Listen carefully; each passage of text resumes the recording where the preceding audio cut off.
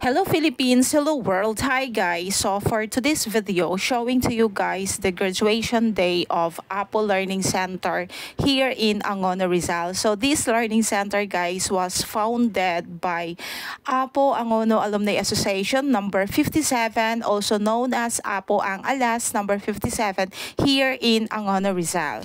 As member of Apo Ang Alas, hinanda na namin ang aming mga sarili na mapagod sa araw na ito. So umaga pa lang, nasa venue na po kami para sa preparation ng graduation. Namimigay din kami niyan ng toga at kung ano-ano pang kailangan ng learners namin para sa graduation. Ito lang po ang ribbon, hindi pwedeng mawala. Kakabit ninyo sa bata at saka sa payment na akin. O, ganyan. Asan si Polis? Malala? Polis? Polis? Espinal. Anong pangalan si Steve? Espinal. Espinal. Dalawang Espinal. Eh, yung una po. Nandito po. Ano naman doon? Ito po kayo.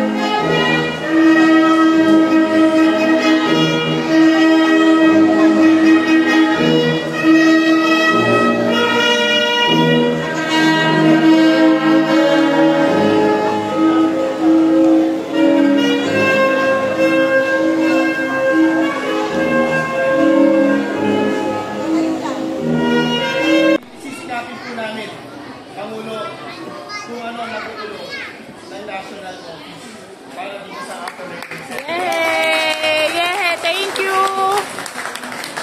Okay, pagkakaroon po ako kami ng special board meeting ng Bachelor of Management. Sana may target din natin sa agenda.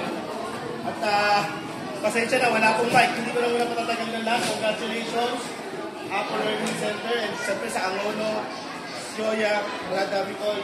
Yes, maraming salamat. At mabuhay po nag-iisang Fiuega. Thank you. Nabanggit po ni Apo National President Brad Kevin na wala pong mic kasi po bigla pong nag-burn out nung kalagitnaan ng program, but the show must go on. Sa mga nag-sponsor at sumusuporta, maraming salamat.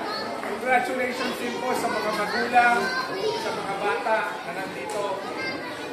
Sabi nga po ni ng ating pag-aaral sa ating guro, ating mga magulang, vice president, barangay council,